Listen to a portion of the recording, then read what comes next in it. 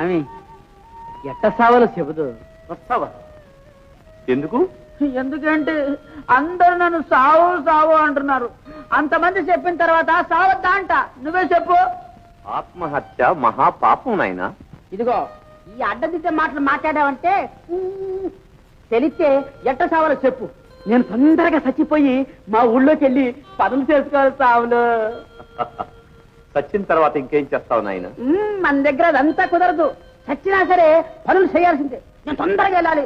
చెప్పు సావులు. చెప్తాను. ఇలా కూర్చోనాయన. పరమేశ్వర, నీ లీలలు చాలా చిత్రంగా ఉంటాయి.